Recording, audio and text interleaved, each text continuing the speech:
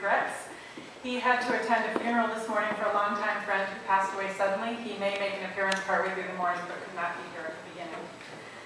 It is a great privilege to extend a warm welcome to Dr. Ernest Moniz, United States Secretary of Energy, to our congressional delegation, Senator Patrick Leahy, who is en route, Senator Bernie Sanders, Congressman Peter Welch, and Governor Peter Shumlin. Where else but in Vermont would we be able to get the entire congressional delegation, as well as the governor, to welcome a member of President Obama's cabinet? And where better than Vermont to bring the Secretary of Energy to see and hear firsthand the innovations, the investments, and the determination that we as a community employ in the pursuit of efficient and sustainable energy. As the Dean of the Faculty at Middlebury College and your host today, I speak for many when I say we are particularly honored that we are gathered here on this campus, where we have long emphasized and embraced a dual commitment to environmental leadership both in the academy and in our own operations. As the first college or university to establish an environmental studies program for undergraduates 50 years ago come next year, Middlebury has introduced a liberal arts approach to issues of global importance, issues defined by the connections and overlaps between our natural world and human endeavors. For nearly half a century, we have been providing our students with the scholarly tools and experiential learning opportunities to broaden their understanding of pressing environmental issues. They, in turn, have been devising solutions and innovations of great consequence, which are being employed in the name of sustainable and efficient energy near and far. One needn't look further than our own campus to see the impact of student innovation in this arena. From our 2 solar decathlon houses, to our biomass facility, to our goal of achieving carbon neutrality by 2016, students have helped to lead the way and put into motion so many of our environmental initiatives that have come to define how we operate as an institution. And once in place, these initiatives become living laboratories for future Middlebury students, greatly enhancing both our educational and residential environments. We very much look forward to hearing what our honored guests have to say today. With this in mind, I would like to request that we all adhere to our shared community values of respect and responsibility. Please do not interfere with our guests' ability to speak or our audience members' right to hear and see the speakers. As time allows, we plan to provide the audience an opportunity to ask questions at the end of the discussion, and we ask that you hold all questions until that time. So, at this point, it is my great pleasure to hand the microphone to Senator.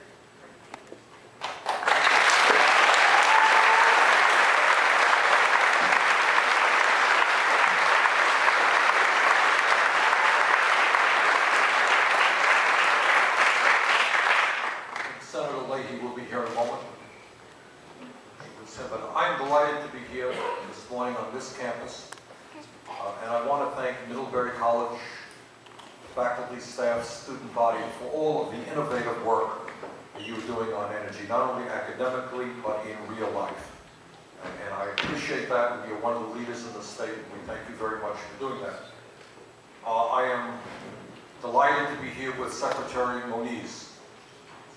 In Washington, as some of you may know, despite all of the scientific evidence, there are some people who still refuse to accept that climate change is real, that climate change is significantly caused by human activity, that climate change today is already causing devastating impacts in the United States and around the world.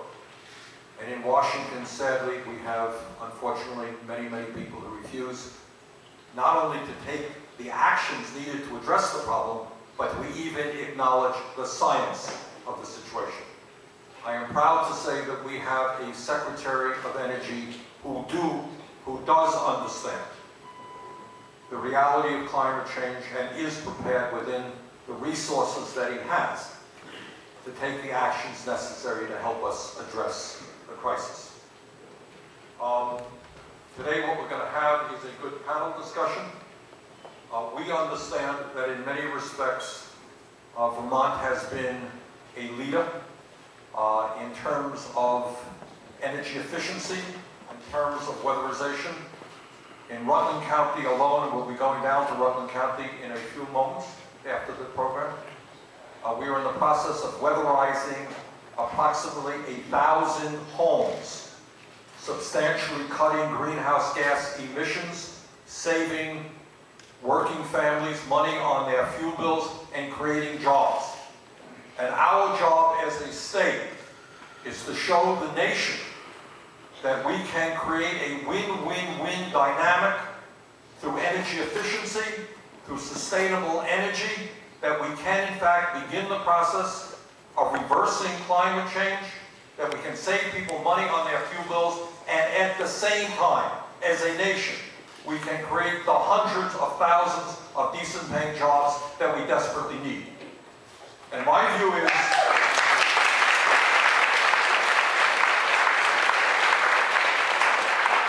and here's my view, and I mean this very seriously. I believe that this small state can lead the nation. In many ways, we are already doing that through weatherization efforts, through efforts in sustainable energy, through smart meter, through methane digesters, from using landfills to make energy, having the fact that we have some 35 schools in the state that are heating with wood. We are making progress as a state. But we know, given the enormity of the problem, given the fact that the scientific community is telling us that the window of opportunity is narrow, I believe very much that this small state can lead the nation, and that the United States of America can lead the world. We cannot, as a nation, go to China, who are building coal plants every other day, go to India, go to Russia, go to countries around the world, and say, you know what, we have a major crisis, and we've got to transform our energy system unless we as a nation are doing that. And I believe this small state can in fact lead this nation, which can lead the world. And that is in fact what we have got to do.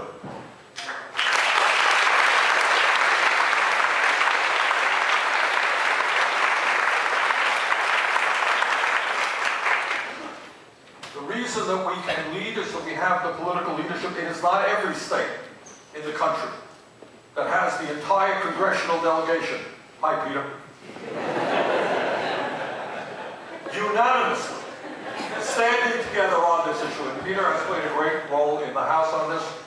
There has a governor who has been a leader among governors on this issue, has a senator who has done as much as anybody in funding efforts to transform our energy system. We have a private sector, we have an academic community which is strong on this issue. We have grassroots movements. We have over 100 town committees where people are knocking on doors all over our state, bringing people together around energy issues. So if there's any state that can do it, we can do it. And the responsibility is enormous because the risks and the dangers out there are so horrendous. So with that, I want to again thank the college for your leadership role, for the students who are doing a great job. And it's now my pleasure to introduce the senior senator from the state of Vermont, somebody who for many, many years has been active on these issues, has used his position on the Appropriations Committee to bring substantial funding into the state of Vermont. My good friend and your friend, Senator Patrick Leahy.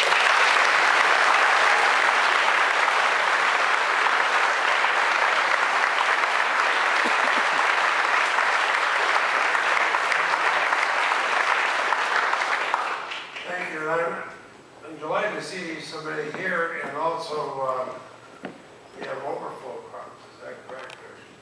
By doing this, Bernie, thank you for putting all this together. And Mr. Secretary, I always like seeing you and meeting with you in Washington, but it's really nice to have you here in my native state. It feels even better. And Dean Lloyd, I know that President Leibowitz has to be gone for a funeral, but I always like coming to Melbourne. Last time I was here was with His Holiness the Dalai Lama, and that was always exciting, and you were kind enough to give me an honorary degree, which is something I cherish. You know, the Secretary has to oversee the most complex and important area of federal policy jurisdiction. When he became Secretary, I said, I don't know whether to offer you congratulations or condolences because of the complexity of what he has to do. He's dealing with the fiscal and economic well-being of the nation and the very future, not only of our nation, but our planet, depends on finding the best answers to the energy puzzle. The third National Climate Assessment last week shows unprecedented details on the fast evolving impacts of global climate change. And the few flat earthers who still say there's no such thing as climate change, enough already. Acknowledge that we do have a major problem. Let's start working at solving it. It's way past due for our children, our grandchildren, for our country, for the world. Now, the Secretary is going to explore the energy and climate challenges that we have as a country. We're going to talk about many of the things we do in Vermont. I agree with Senator Sanders. We can be an example of that in things that can be done nationwide. I'm just going to point out just one thing, because you have questions, you want to hear from everybody. Just over the hill from here, the Adepts Blue Spruce Dairy Farm. Is somebody here from the farm? There you go. Thank you. They're operating a digester that extracts methane from the manure. There are 1,300 milking cows. Is that number correct? As well as replacement dairy heifers.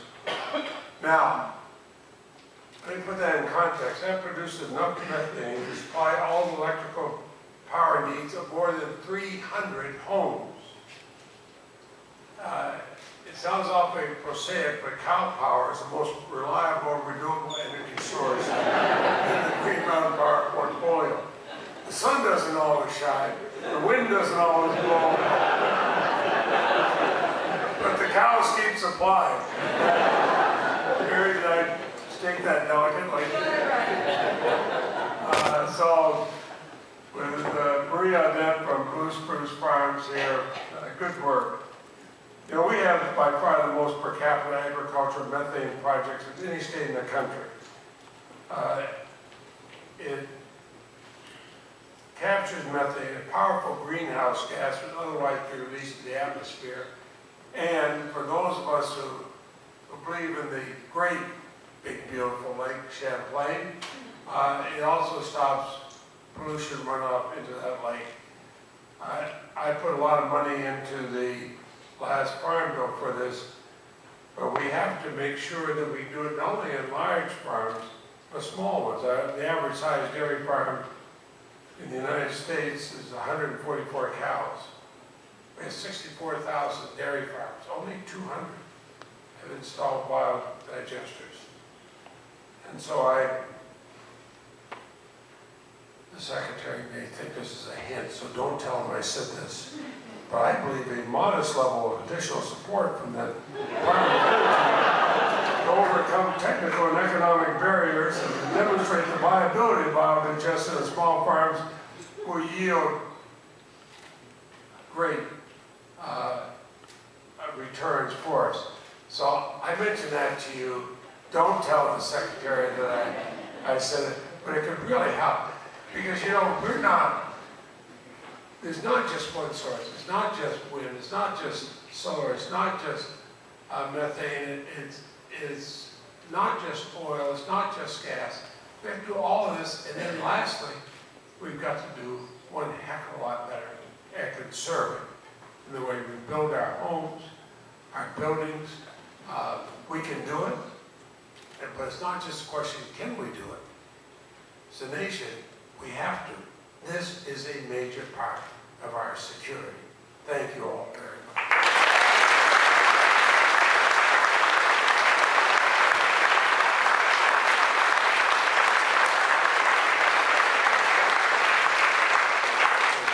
Our next speaker is Congressman Peter Welch. Peter has done a great job in a rather difficult environment in the House of Representatives.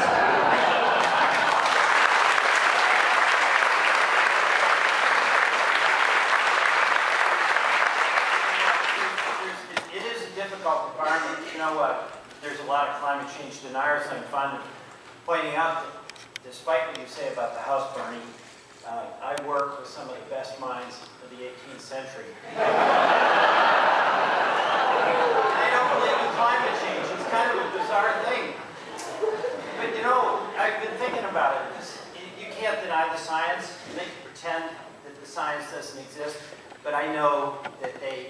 they're wrong. But what is motivating, I think, a lot of the opposition is fear. It's if we have to move into a new clean energy economy, can we do it? Will we do it? And what are the implications of the current job situation and economy that we have? And you know what? When there's a time of transition, people are nervous. And if you're going to take on the challenge, then you have to be able to address what the opportunity is on the other side.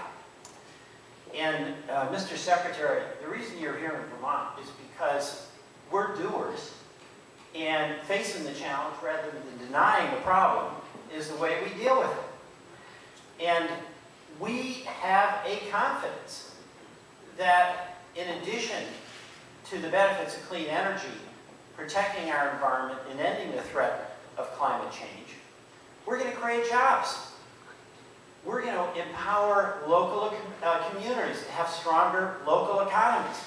You know, you have a farm that's using the cow power to be a stronger farm and provide cleaner waterways.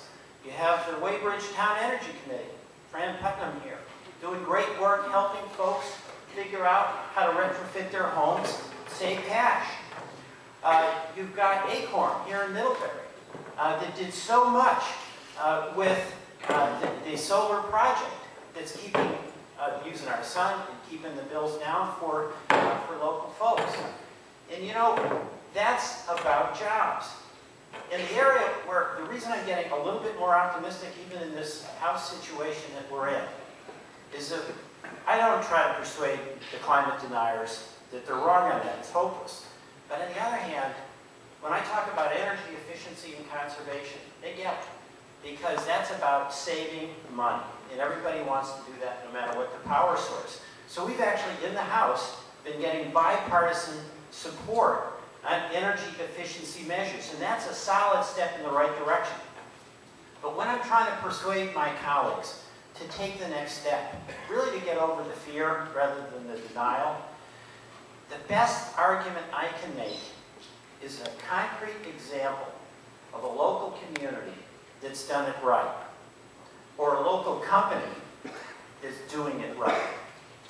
How many utilities have embraced net metering? Most of them see that as a threat to their economic model. And as long as it's a threat to the economic model, it's going to deny you the opportunity of distributed generation. Green Mountain Power, bring it on. Bring on net metering. So we've got a partnership here because we have a stake.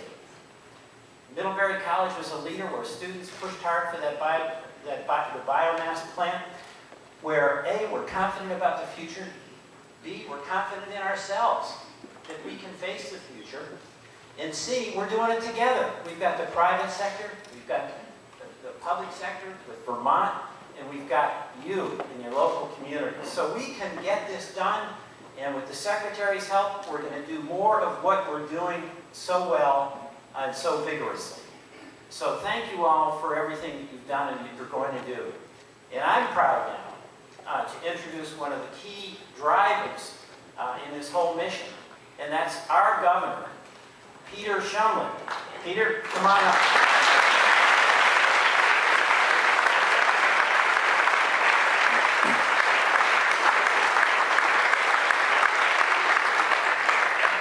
Thank you, Congressman Welch. Let's give a shout out to Middlebury for hosting us, making this all possible.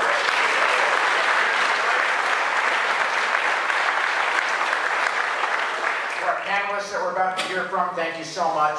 It's a real honor as governor to welcome Secretary Moniz to Vermont. He finally figured out the best state in America to come and learn about energy, so we're grateful to you. And, you know, I am the only governor in America that can brag and be truthful about having the best congressional delegation in America.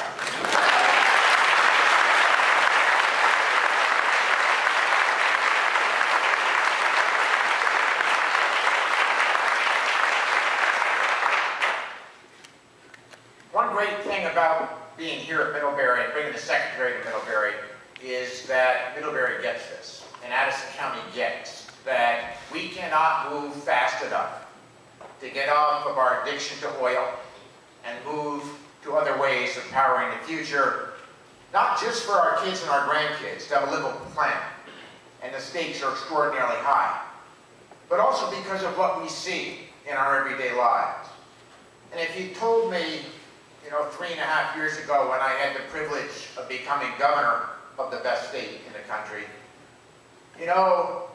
it's going to be your job to work together with our congressional delegation, our president, our federal delegation, local communities, to manage some of the toughest climate change-induced storms that this state has ever seen. I would have said, really? I didn't know that was part of what I was signing up for. But we all know that we don't need Irene and the other storms as reminders that we have already created enough destruction, enough environmental challenges, enough true obstacles to human and other life with what we've emitted already to know well enough that we can't move fast enough to get off of what we're doing and move to a more prosperous future.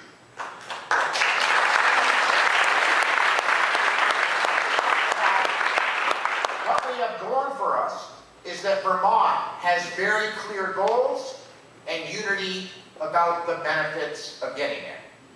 By establishing clear goals, 90% renewable by 2050, by getting energy efficiency right and showing the rest of the nation how to do it.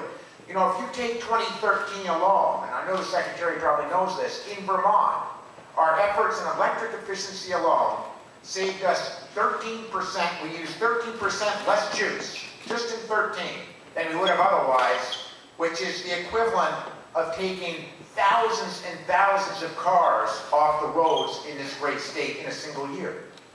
So we know that combined with energy efficiency and harnessing the wind, the sun, our fields and forests through biomass, cow power, as Senator Leahy just pointed out, Congressman Welch and Senator Sanders, all of the above, we are getting there. Now guess what? Since I've had the privilege of being governor, we have quadrupled the number of solar panels in Vermont in this great state in 3.5 years. Quadrupled. And what it means is that we are creating jobs and economic prosperity for our kids and our grandkids. It is not coincidence that as of the last report, Vermont has the second lowest unemployment rate in America. That we've created almost 11,000 new jobs in the last 3.5 years, and that over 1,000 of them are in solar sector jobs alone, leading solar sector jobs of any of the other 49 states. So the point is, as we talk about our obligation to get off of oil and move to other ways of powering the future, of using less energy and putting that money in Vermonters' pockets, of being the model for how to do energy right, we're creating jobs and prosperity, jobs that cannot be exported to India and China and other countries. So let's keep getting it right together.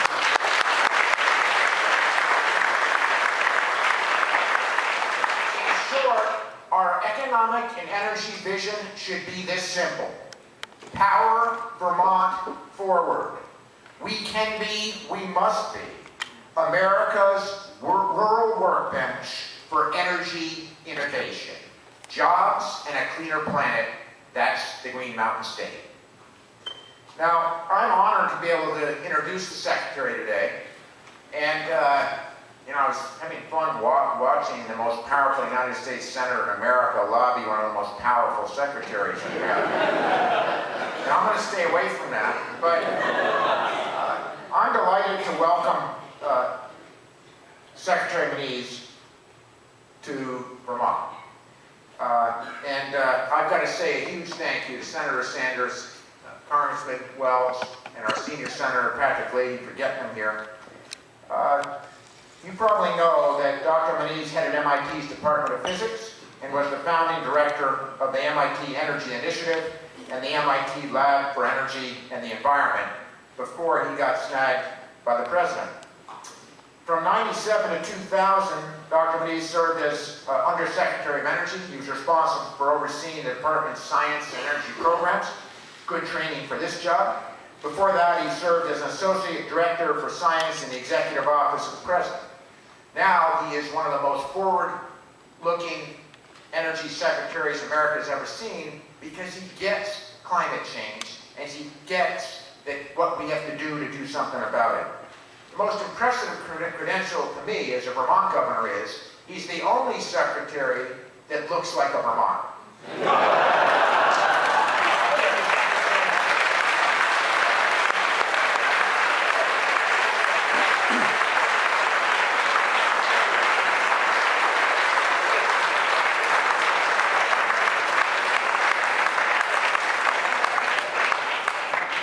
Well, thank you, Governor.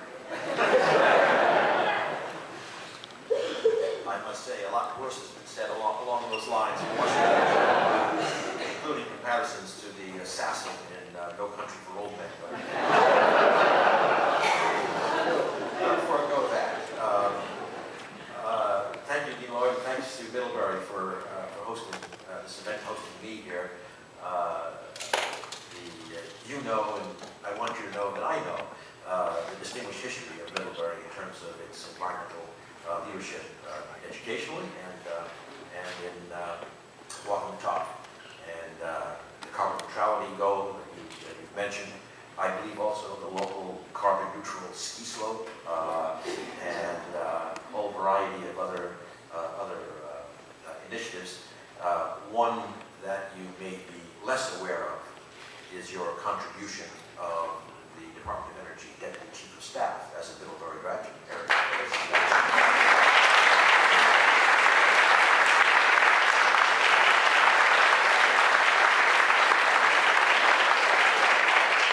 You're also helping us in the climate battles that way as well, through your human capital. The congressional delegation, Senator Sanders, Senator Leahy, Congressman Welch, you've heard them, you know them very well. The only problem I have is they're so shy and retiring about advancing the case here for Vermont and climate. This was not the first lobbying of today. We had breakfast and it was kind of ganging up lobbying.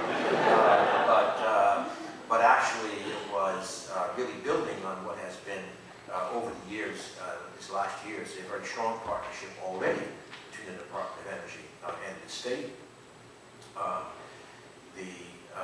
And we're going to continue that.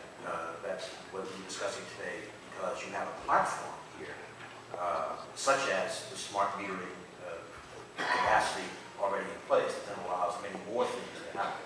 And so we're going to be very actively discussing that as we go forward. I've been here only since late afternoon yesterday. I've learned a lot. In fact, many of these panelists, most of these panelists, we met yesterday, and again, a case where I didn't come here not already recognizing the innovation that's been displayed in Vermont in terms of clean energy, but nevertheless, you always find out there's so much more to know in terms of specifics. And I mean, efficiency, of course, has been tremendous. Interview was with Senator Sanders, who was on my confirmation committee. Essentially, the interview was over in approximately 7 seconds. Will you speak out about climate? Yes, you have my vote.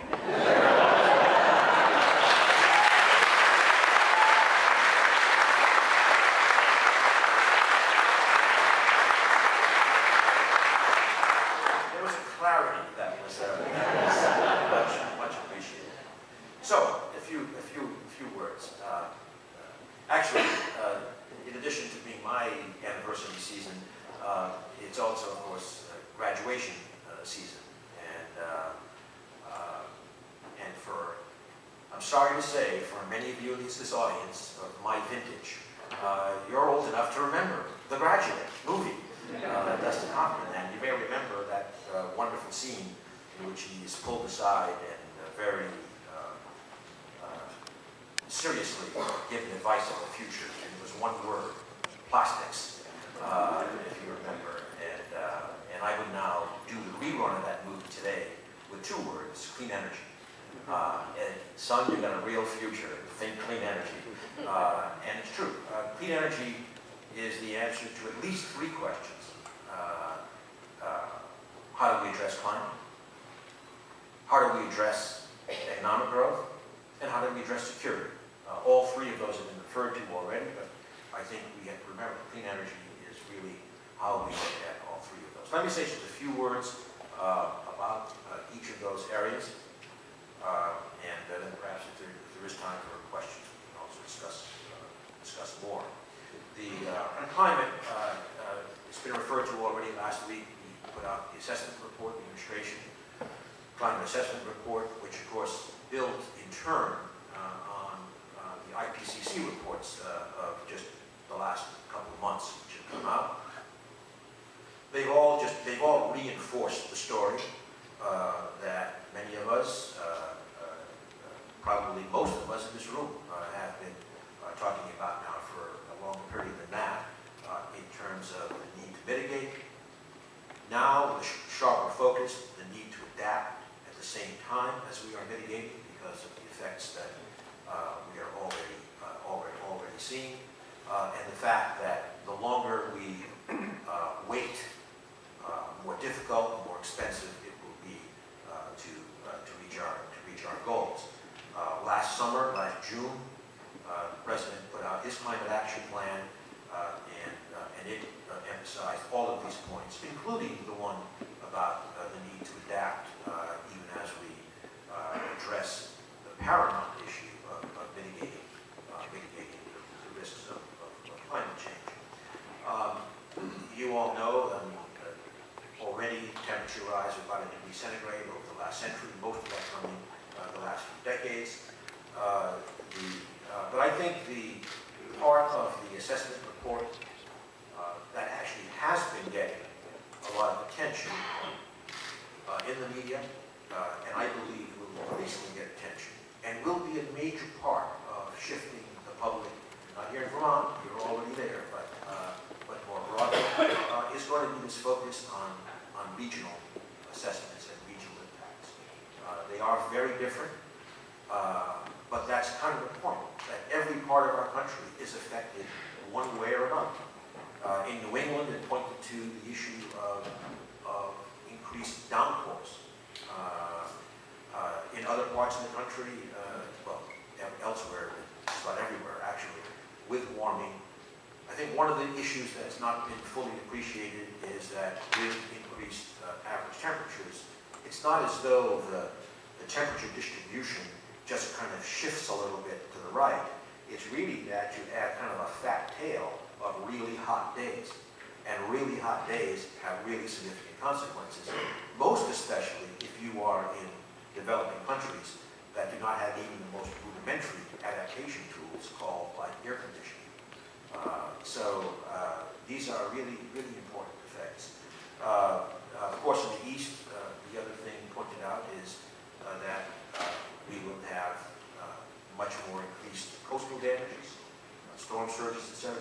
But I remind you, that assessment report, that's only a week old, is already pre-West Antarctic ice sheet and the additional 10 feet of global warming, of sea level rise that is anticipated just from that event. Sandy, Superstorm Sandy, could be looking like child's play if we do not really move forward aggressively. So I'll just say that as people to my right here all know very, very well, and the President has said, we really would love to be working with Congress to pass comprehensive climate legislation. There's no doubt that ultimately we're going to need that. But in the meantime, and President Obama's emphasized again, we can't wait. We don't have time to wait. And that is why right now, the Climate Action Plan has laid out a administrative actions, essentially, to tell you the truth, we spent collectively in the cabinet, we spent a couple of months leading up to the climate action plan. Essentially, what's everything that we can do using current authorities. That was basically the assignment from the president, and that's what we are trying to execute. So if you look at the Department of Energy's role, and of course, I should say one of the very much in the news, and I can guarantee you it will be even more of the news in 2 weeks, is a very important part is the EPA regulatory approach on coal. The proposed rule for new coal plants has been issued and calls for at least partial carbon capture and sequestration. The spirit there, of course, is you build a power plant, you're talking 50 years. And so we better have these, any new coal plants, if they are built, had better be ready for that 50-year run, and that's where the carbon capture becomes important.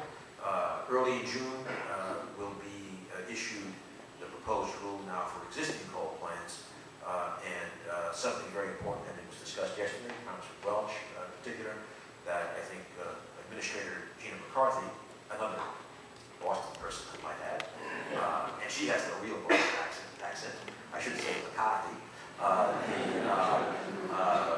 has made it very clear that the implementation of the carbon rules with regard to existing plants will have, and must have, much greater state flexibility for how goals are reached, their efficiency and renewables, for example, certainly will be part of that.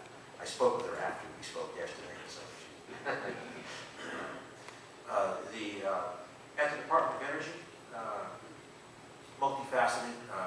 I'll just mention two of the areas very active. One is efficiency standards. We have very dramatically picked up the pace in terms of issuing efficiency standards for appliances, electronics, and the like. Just last week, we issued, 1 week ago today, we issued 2 more, one on electric motors and one on walking freezers. And every time we mention one of these, sometimes there's a shrug. Big deal, walk-in coolers and freezers. Well, the fact is, if we look at the appliance standard, we expect over this administration, we will end up putting out about 40 new standards. And when you accumulate those and look at the cumulative impact up to, say, 2030, say over the next 15 years, we anticipate these standards will avoid 3 gigatons of CO2 and avoid about $500 billion in energy costs. So, we just got to keep at it because it is building this one piece at a time and get over there. And we are going to we're going to continue this pace to the end of this administration. So that's one example. But of course, on the other side, the department has clearly the lead responsibility for technology development, research development, demonstration, and deployment. The work that we've done in the past has certainly helped get us to where we are today, but we have to keep driving because the goal of innovation in this sector is cost reduction. It's cost reduction, cost reduction, cost reduction. Those are the 3 objectives. And I say that because not only is it important in the context we've heard here in terms of the economic growth, et cetera, but the fact is we have to lead the way to bring along the large emerging economies, the developing countries, because we all know there is no solution ultimately without a collective global solution. And cost reduction is absolutely essential if we are going to bring along that major part of the world's population. So we're going to keep pushing on that. It's great. I mean, the progress is so substantial. PV, we have seen such dramatic cost reductions. Just yesterday here in the state, it was stated, as is the case in other parts of the country, that projects are being built. I mean, utility projects are being built at less than $2 a watt, all in. That's a very, very big deal. In fact, now when Green Mountain Power combines that with new rate structures, those costs are already competitive without subsidy in many ways. So that's the kind of innovation here we need to propagate. It's a combination of the technology, the regulatory structures, all coming together to move forward much faster than we have been. That's another area which is fantastic in terms of cost reduction, LEDs. You know, one 60-watt light bulb, incandescent light bulb, replaced by an LED, would lead to an energy savings over the lifetime of the LED of approximately $130. One 60-watt incandescent is actually, technically, it's 25 incandescent light bulbs serially used to replace the one LED over its 25,000-hour lifetime. It wasn't long ago that while it was still a good life cycle choice, a $50 light bulb was kind of hard to swallow. Well, we're below $10. We're going to be at about $6 within a year, guaranteed. $4.99. Today, you're right. Well, that's not true in other parts of the country, but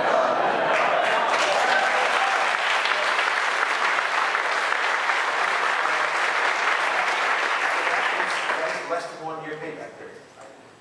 And frankly, without getting into names, because I can't, but talking to, for example, a major manufacturer, I said, suppose I put in an order for, say, $250 million.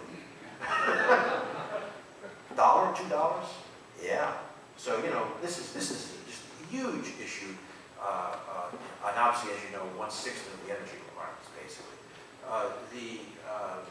And finally, I just mentioned, in terms of vehicle batteries, again, enormous cost reduction. We need another factor of 2 or 3, but you know, we're making good progress. Anyway, that gives you a flavor of some of the issues that the Department of Energy is pursuing for implementing the President's climate action. Now, let me be much more brief in 2 other areas. I said clean energy is the answer to at least 3 questions. That's one. But the second one, I said the economy, and again, I won't go into you've heard about the jobs. I just want to say that the developing clean energy economy already in this country is providing what the President calls ladders of opportunity for providing really good jobs for people to rise up the economic ladder. And that's number 1. Number 2, every expectation of the capital requirements over the next 4 decades in the clean energy transformation, you're talking at least an average of $1 trillion a year globally. We want to push now the innovation. Those markets are forming. This is another case. If we wait 10 or 15 years, we're behind the 8 ball on climate, and we miss the boat on being big players in that market. So critical for our economy that we keep pushing this. Energy security. The third question. Senator Leahy referred to that here.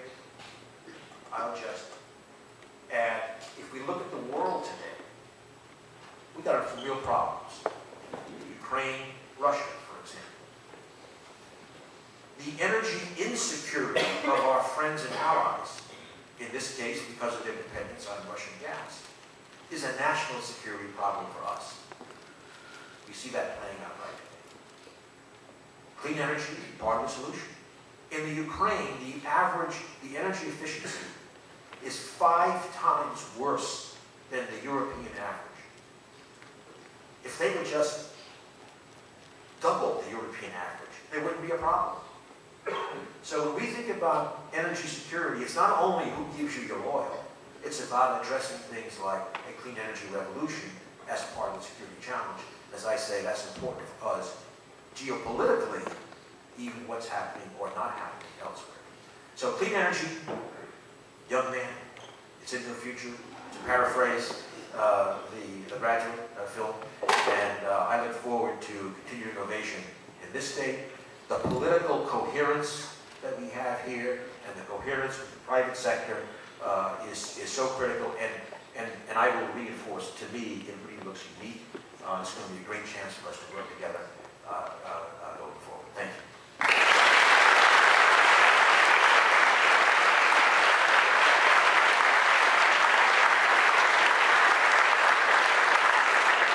Secretary, thank you very much for your remarks. Thank you for being here, and thank you for what you are doing, and we know what you will continue to do to address the great crisis of our time. You've heard a national and international perspective, and now you're going to hear a local perspective. We have 5 experienced and knowledgeable panelists. I'm going to ask them to be brief, because we want some questions. We don't have as much time as we want, because we want to get the Secretary to see a home which has been heavily weatherized, which has LED lights, which has solar, which created jobs which we see as the future of America. We want him to see that. So, in order for him to do that, you guys are going to have to be brief. Let me start off with Jack Byrne. I think as many know, Jack is the Director of Sustainability Integration here at Middlebury College, where he works with students, faculty, and staff to advance and support leadership in creating a more sustainable future. He is currently working on implementing the college's strategies for becoming carbon neutral by 2016. Jack, 5 minutes.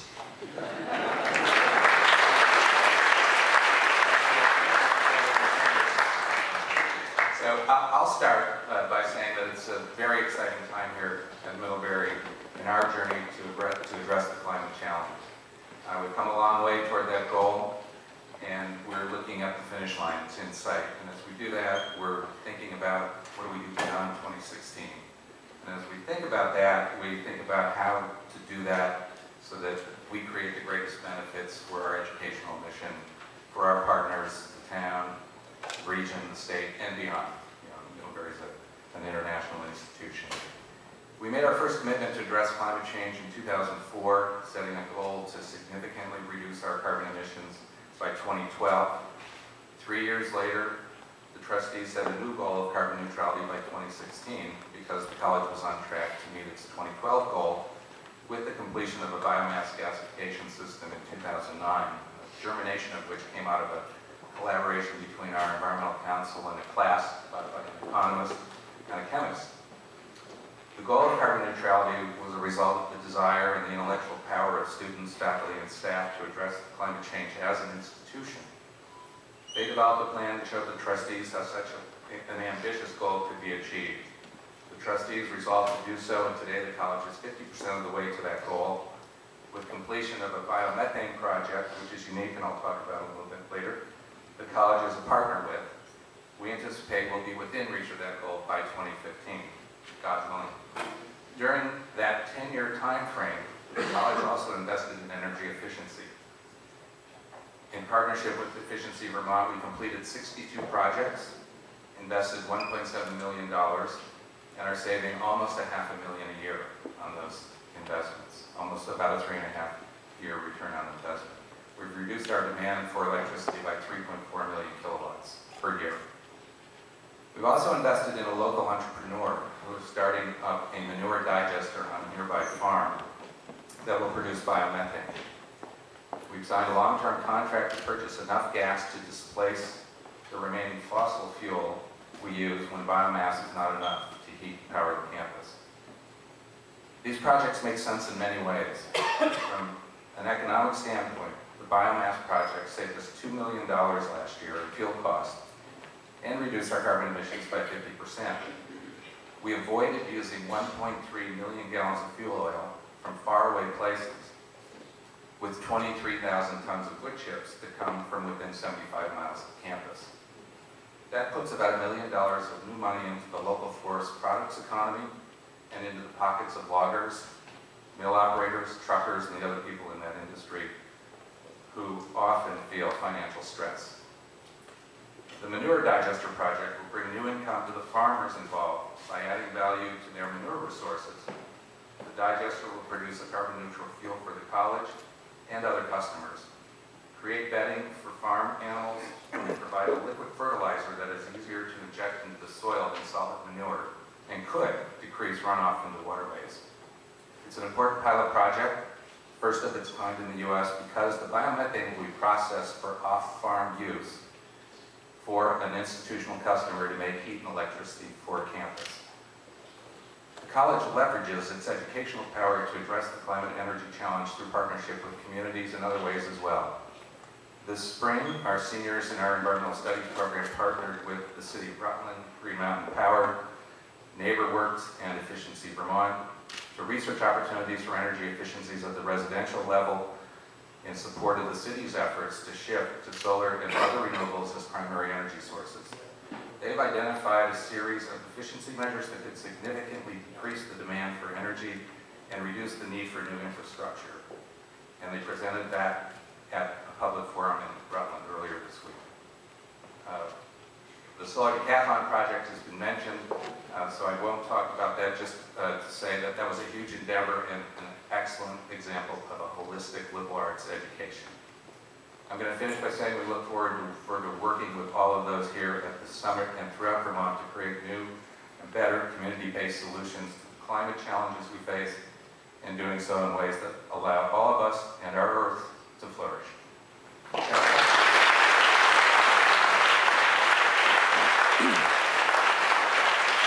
Dr. Armstrong is the Executive Director of the Vermont Energy Investment Corporation, VEIC, whose mission is to lower the economic and environmental costs of energy.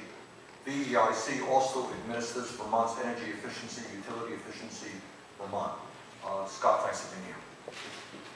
Great, thank you so much for having me. You know, it's talking at an event like this, trying to make this really simple very quickly, right? So what's efficiency's role in getting a hold of our energy bills and doing something about this planet that will allow it to sustain us? Because for me, climate change isn't about whether the planet will survive. This planet will be here. It's a question of how about the things on it like us and other living things, and how do we have to adapt and or not make it? So both of those come back to us. So I thought, you know, we're at an institute of higher education, and DOE believes in the same things of scientific principle and math. And when I thought about how to tell the story, I realized we only need first grade math to tell Vermont's efficiency story. It takes two $1 bills and a 5. So I thought perhaps we can all do that probably, right?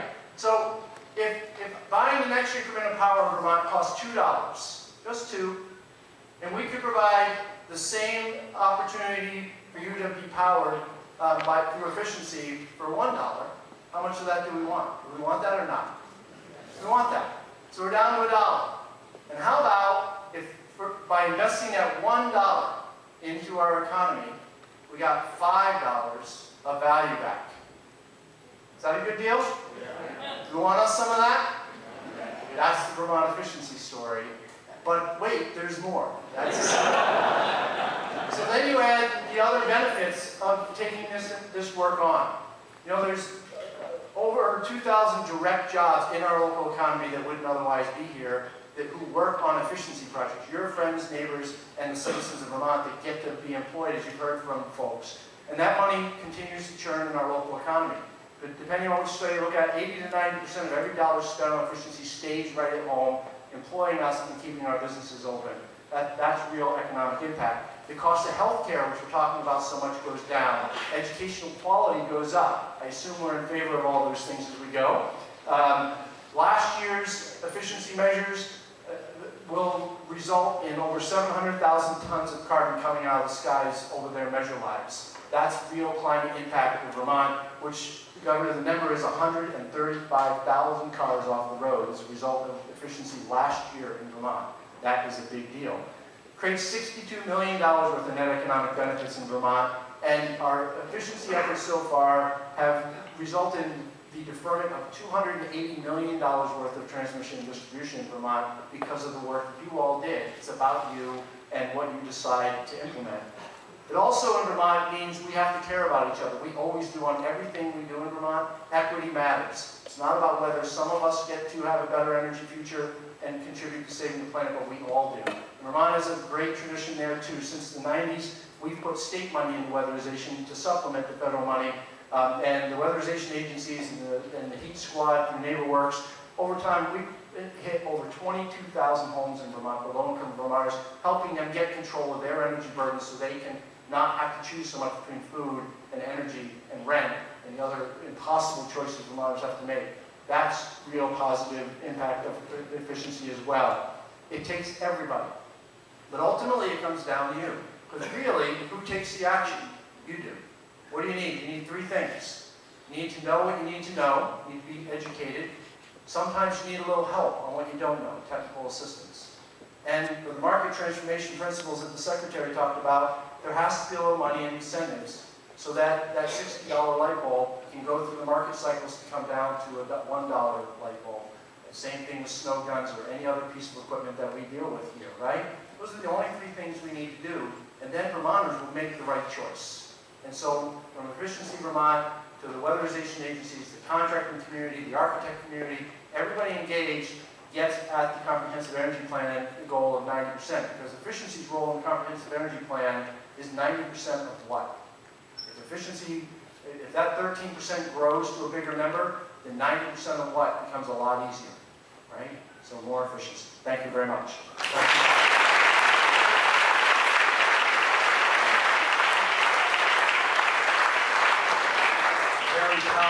Mary Powell has been president and CEO of Green Mountain Power since 2008. And under her leadership, Green Mountain Power is now one of the most progressive private utility companies in the country. Mary?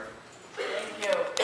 Nice to be here today. Thank you so much. I was thinking as I was listening to Secretary Moniz and our awesome delegation and our governor, I was thinking about, we had this event that I know all of you remember in Vermont called Irene, Hurricane Irene, and it was a horrific event. We all worked together, not just to get Vermonters through that event, but also I think it really fueled a lot of the change that we're seeing in our state now. But I was thinking about the moniker, I am Vermont Strong, and I was sitting here and I was thinking, I am Vermont Proud. I really am so proud to be here with all of you and to be here in this state doing the work I'm doing.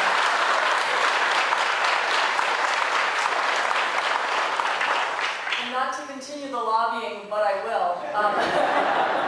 I didn't always live here. I've lived here 25 years, so I know that doesn't make me a Vermonter, but I feel like and there is no other place in the country like this where we can get what we're getting done. Not just that, it's not just what we're doing, it's the speed with which we can do it in Vermont, because we know how to work together when we care about something. And our journey at Green Mountain on this issue started a long time ago. Actually, I honestly have to tell you, Secretary Moniz, when I hear the latest, oh my gosh, this is what they're saying about climate change. No, really? This is what they were saying 15 years ago. This is what they were saying 15 years ago.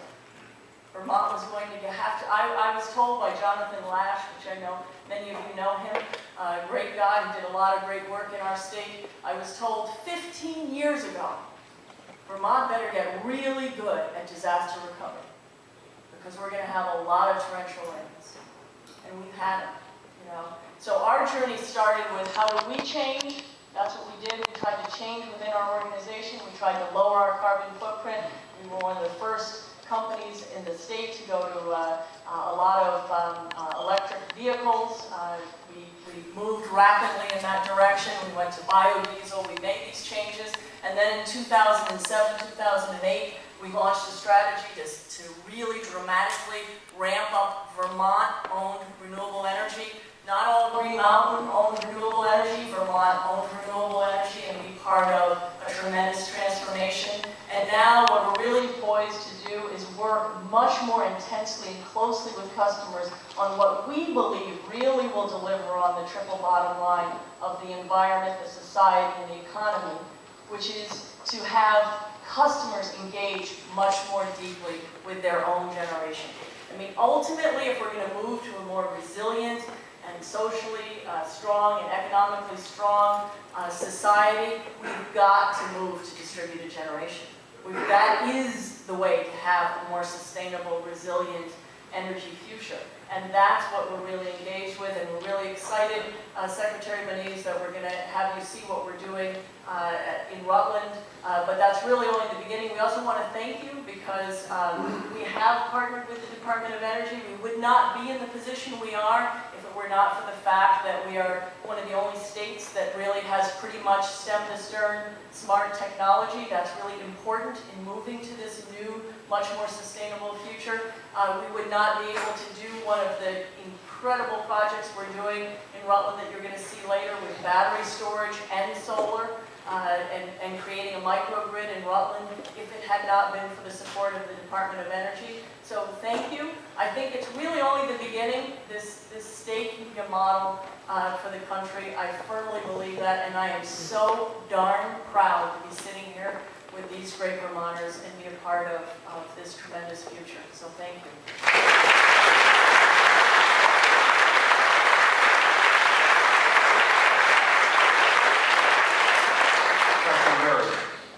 Dr. Paul Hines is an assistant professor in the School of Engineering at the University of Vermont with a secondary appointment in computer science and is also a member of the adjunct research faculty at the Carnegie Mellon Electricity Industry Center. Paul? Firstly, I'd like to thank Secretary Moniz, Governor Shumlin, and the congressional delegation for organizing this really important discussion. Thank you. Almost all of the problems that we face as a society, including economic competitiveness, clean water, clean air, climate change, are tightly intertwined with energy problems. If we're to find the innovative solutions that are needed, we need active collaboration between business, government, and the academy. In the next few minutes, I'd like to describe two examples of how the University of Vermont is collaborating with industry and with DOE's national labs to come up with energy solutions to solve the problems that we face. First, I'd like to tell a really quick story. So, September 8, 2011, a line worker in a power substation in Southern California did a relatively routine maintenance operation. And a small error in this process caused a transmission line in California and between California and Arizona to fail. And that triggered a combination of a long string of failures that left 7 million people in the southwestern United States without power. While we might hope that failures of this sort are rare, they are not. We continue to have large blackouts, and our grid is increasingly vulnerable, particularly as we see the increase of large storms like Irene and Sandy impacting the electricity infrastructure. The U.S. grid is vulnerable, it's an incredible engineering marvel, but we need to work hard to make it the resource that can deliver the clean energy that we need from the places that need it from the sources to the places that need it. And so to address the problem of large blackouts, UVM is collaborating with IBM on a project that will give operators better information about risks in their network. During the course of this DOE-funded project, we've developed new methods that can measure blackout risk and tell that to operators hundreds of times faster than existing approaches can solve this problem. We've developed a new indicator of grid health that can use large data sets from smart grid sensors that are being deployed in Vermont and elsewhere to tell operators when the grid is not healthy. And then secondly, UVM is actively collaborating with Vermont utilities and with the DOE-funded Smart Grid Implementation Grant, e-Energy Vermont. Currently, my research group is collaborating with Burlington Electric Department to test a new type of energy efficiency social network that can help people understand why one home is different than another, why one home consumes more electricity than another. And with Green Mountain Power to understand the impact of different price incentives and better information on electricity consumption during peak hours of peak electricity demand when electricity is dirtiest. During these research collaborations with help from Senator Sanders, UVM began an active collaboration with Sandia National Laboratories, one of DOE's premier research institutions. One of the most exciting outcomes of this collaboration is the recently awarded National Science Foundation Integrated Graduate Education and Research Traineeship Program. The IGRAD program is one of the NSF's most competitive awards, and this grant is going to ultimately bring 22 new PhD students to Vermont to work with innovative professors and study ways to modernize the electricity infrastructure that is so important. Uniquely, UVM is studying not just the technology of the grid, but also how that technology needs to interact with policy, and how human behavior is influenced by technology and policy. Finally, this project illustrates the power of collaboration between industry, national labs, and academia. During the summers, PhD students in our program do internships at Sandia National Labs, learning from really top researchers at that institution. Students work with electricity industry members, such as on this panel here, in order to understand how their research fits in with the problems that utilities are facing. And finally, students are active in UVM Complex Systems Center, studying with some of the most innovative professors in the country and learning to take a holistic approach to their research. To conclude, I'd like to thank our honored guests for facilitating this panel to talk about how UVM and other organizations in the great state of Vermont are facilitating collaboration between industry, between government, and academic research to solve the critical energy challenges of our time. Thank you.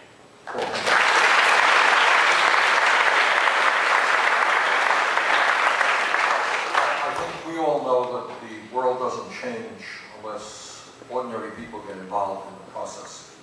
Jamie Irvin serves as a volunteer on her local town energy committee, Waterbury Leap, and also serves on the Vermont Natural Resources Council's State Advisory Committee on Renewable Energy. She has a PhD in Natural Resources Planning from the University of Vermont and works with the United Nations. Jamie? Thank you. Waterbury Leap, our volunteer town energy committee, and the twin towns of Waterbury and Duxbury provide the perfect prism for understanding community-based renewable energy in Vermont. They provide us both a paradox and a parable. First, the paradox. Solar in Vermont is counterintuitive and it's hard. We have more hills and hollows than most of the Midwest combined. We have the second cloudiest state in the nation, and Portland, Oregon sees more rain, sees more sunshine than we do in Waterbury and Duxbury. Of the 30 miles in my town of Duxbury, less than a third of a mile is on a three-phase power line. 80% of our area is forested, and a good portion of remaining land is already developed. It's wetland, it's floodplain, or it's prime farmland, none of which is particularly well suited to solar. We are not now, nor will we ever be, Arizona. And yet, we are radically changing the face of renewable energy in Vermont. Our two towns, Waterbury and Duxbury, have been able to quadruple the amount of installed community solar in just 2 years, the hard way, one roof at a time. Waterbury is number 3, and Duxbury is number 1 in community solar, in a state that already ranks 9th in the nation in solar. Together, our two towns average more than 240 watts for every man, woman, and child. It's a full solar panel. That's equivalent. If we were competing on a per capita basis, we would be leading Arizona by 50%. Duxbury is the largest school solar array in the state, and this is in a town that ranks 89th in per capita income. Waterbury is the epicenter of solar jobs, thanks largely to Sun Common, in a state that is the national epicenter in solar jobs. Now the parable. Solar in Vermont is not counterintuitive, it's not hard. It's intuitive and it's easy, and we're making it happen. It's easy because we have enabling policies and legislation that allow us to find creative net metering solutions that help democratize and distribute energy. It's easy because we have ambitious goals in our state comprehensive energy plan that inspire us to move faster and further. It's easy because we have state and federal tax incentives that help level the playing field and counterbalance the preponderance of fossil fuel subsidies. It's easy because we have utility CEOs like Mary Never Say No to Solar Power. And it's easy because we have creative financing options from companies like Green Lantern Capital and Encore Redevelopment and Sun Common that allow schools and municipalities and businesses and hospitals and families to switch to solar with no money down and save money in the process. But our secret sauce in Waterbury and Duxbury is an active town energy committee that spent thousands of voluntary hours collectively holding energy fairs, meeting with select boards, meeting with school boards, writing articles, holding open houses, and doing all the things that chronic do-gooders like myself and Duncan McDougall, who founded Waterbury Leap, do every day. But our secret sauce in Vermont is that there are more than 100 town energy committees across the state. 1 out of every 1,000 Vermont residents belongs to a town energy committee. That's double the number of dentists in Vermont. Unfortunately, it's not double the number of lawyers. Just for the benefit of Secretary Moniz, if you have been involved or are involved in a town energy committee, just a shout out, just a show of hands.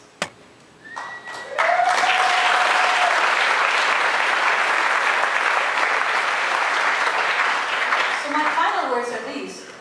Town energy committees are one of the strongest engines to jumpstart the early adoption of renewable energy and to drive the transformation to clean energy. We are the boots on the ground. If we can do it in Waterbury, and most certainly if we can do it in Duxbury, we can do it anywhere in Vermont. And if we can do it in Vermont, we can pretty much do it anywhere.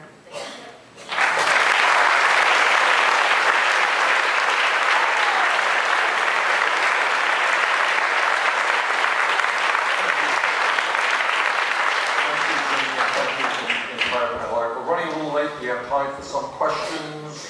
Phil is over there with a microphone. And who else? We got a mic over there as well. We have two mics either side. Start off. Who are we going to start off? I've got it here. All right, one right here. I'm Fran Putnam. I'm from the Waivers Energy Committee, and we've been working on weatherization over the past year, and we managed to weatherize almost 6% of the homes in our town. So I'm a big proponent of weatherization, but we need some help. We need more funding, we need more, especially for low-income weatherization. And I'd like to know what we can do to get a little more in the way of incentives, because people want to do this, they need to do this, they understand it. But if You're absolutely right. Everybody hear the question? This is what we call the low-hanging fruit. This is the easiest stuff. We live in a state where there are a lot of older buildings, older homes. People are paying, in some cases, twice as much as they should be paying, and we're emitting a lot more greenhouse gas emissions. All of us. Senator Welch has done a great job in the House. Senator Leahy and I have worked together in the Senate to bring forth, to do our best, to bring forth substantial sums of money. And one of the beauties of this is if you provide $15,000, $20,000, and we're going to see this in Rutland, to a home, they weatherize their home, their energy bill gets cut in half, they pay back that loan through the reduction in their fuel cost.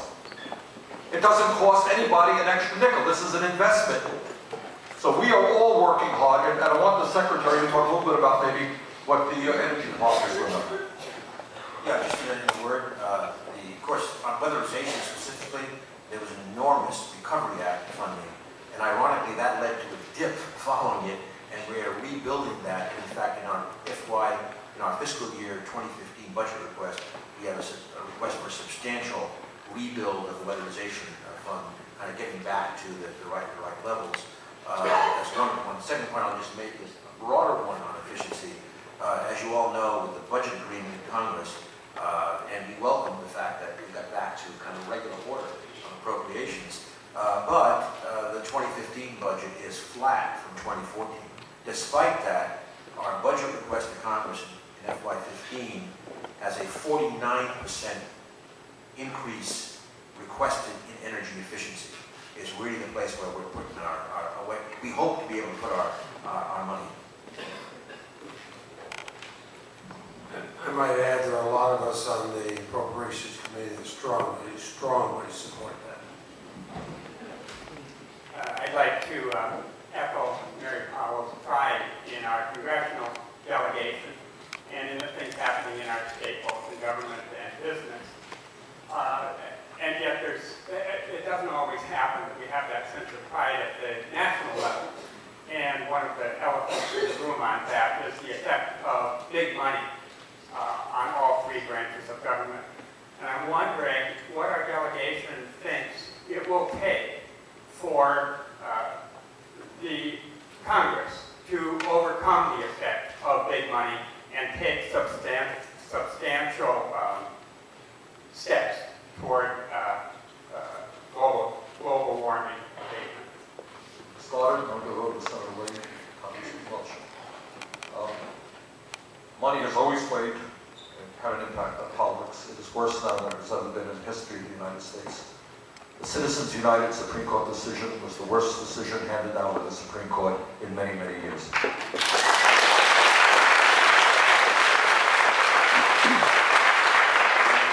We need a constitutional amendment to overturn it.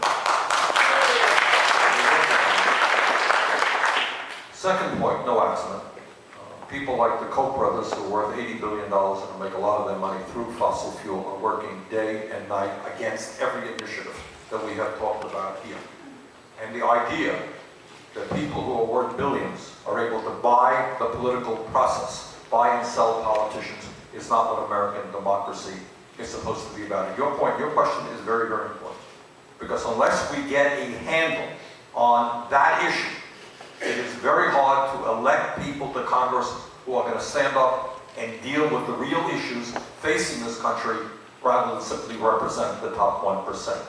So we have our hands cut out, our work cut out for us in terms of real campaign, finance reform, which in my view should eventually lead to public funding of elections rather than the Koch brothers buying elections. Senator Lee.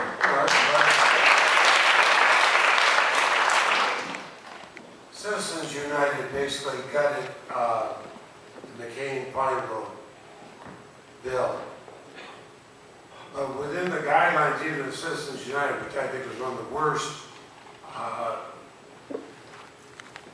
Supreme Court decisions I've seen in my lifetime.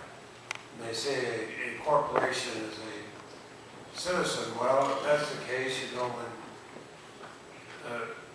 back in the 50s, we elected General Eisenhower as president. We now elect General Electric as president, General Motors. I mean, it's about that illogical thing. We had legislation that, even under the strictures of Citizens United, could have restored much of McCain-Feingold. It passed the House of Representatives, at that time under Democratic control. It came to the Senate. It failed by one vote.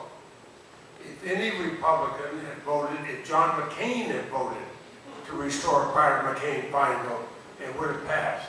It didn't. I am not normally a fan of constitutional amendments, but the Senate Judiciary Committee next month will begin hearings under my guidance of a constitutional amendment to overturn it.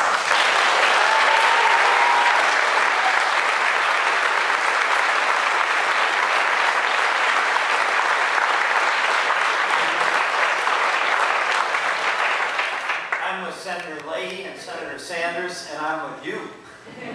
Take the money out of politics, it'll take a new court. It was a 5-4 decision. The court will take a constitutional amendment. I'm co-sponsoring the amendment in the House.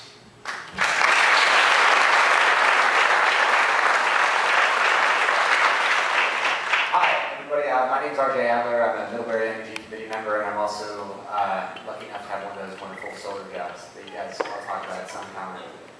So thank you. And my question is regarding the natural gas pipelines coming through Addison County, as well as the use of air source heat pumps, which are better in so many ways than natural gas.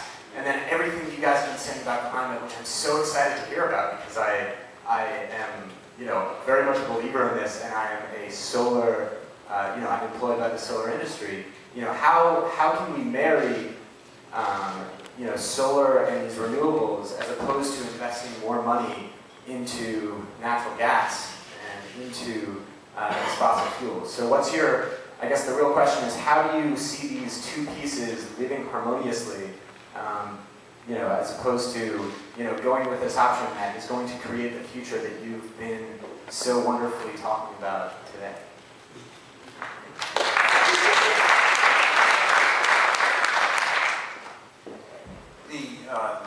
First of all, with regard to, a few points. Number one is our strategy, called all of the above, means that we start with the statement that we must go to low carbon. Within that boundary condition, like a physicist again, of low carbon, then we are investing across the board in what can be technologies to advance to low carbon. Why? Why across the board? Because if we look at different regions of this country, and if we look at different countries in the world, the reality is the low carbon solutions will look different in different places. So that's why we are advancing that. Number two, if we look at natural gas, in my previous life, we spent a lot of time studying on natural gas and asked the question, is natural gas part of the problem or part of the solution for climate? And we came up with a firm answer of yes. And the reason is that in the near term, it's undeniable, it's a fact, that the natural gas substitution for coal has been about half of our national carbon reduction over the last several years. However, as we look to the longer-term future, where we have to, it's not going to be a 17% reduction we're aiming at, as opposed to an 80% reduction, then of course gas as a fossil fuel becomes too carbon intensive. So that's the spirit in which, in the climate context, gas is we see as a bridge, and certainly in certain parts of the country, an important one. I will also say that it is also undeniable that today the gas has contributed to a substantial manufacturing revival, over $100 billion invested in new manufacturing, and that's very important. But again, in the context that we are roughly halfway to the President's 17% carbon reduction goal by 2020, and about half of the progress we have made has been gas substituted for coal. Now again, that's again going to be a very regional issue. It isn't a uniform issue across the country or across the world. Last thing I'll say, pretty obvious.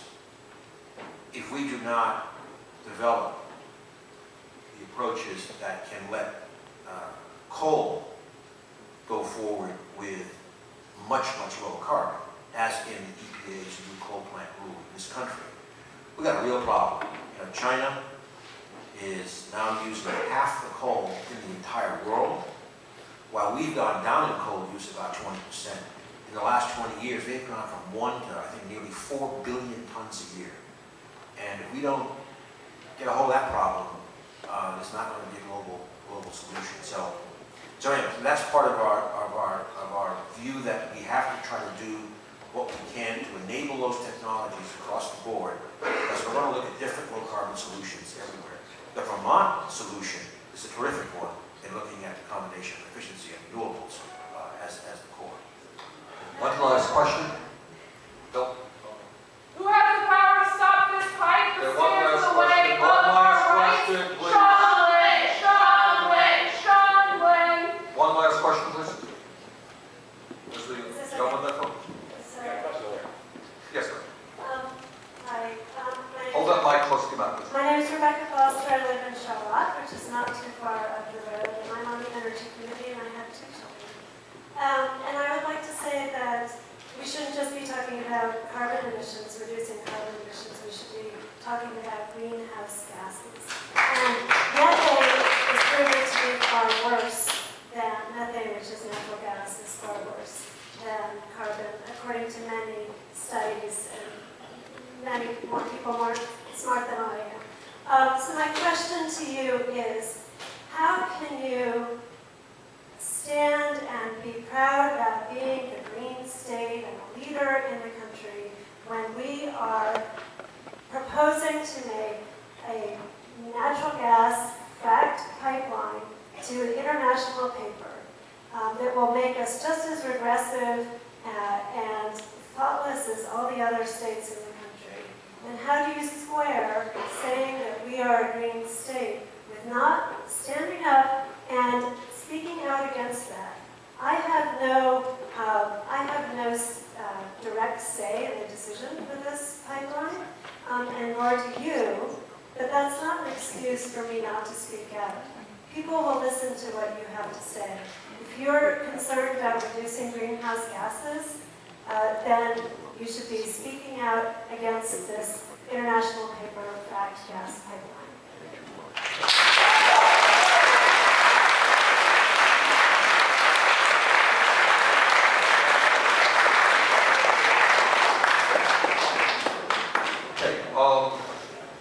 Let me thank all of you for being here. Let me thank the panelists. And most importantly, let me thank the Secretary for being here. As I indicated earlier, I think for a variety of reasons, this state has the capability of leading the nation. And if we get our act together, we can lead the world and end up having a profound impact on the state of humanity. Thank you all very much.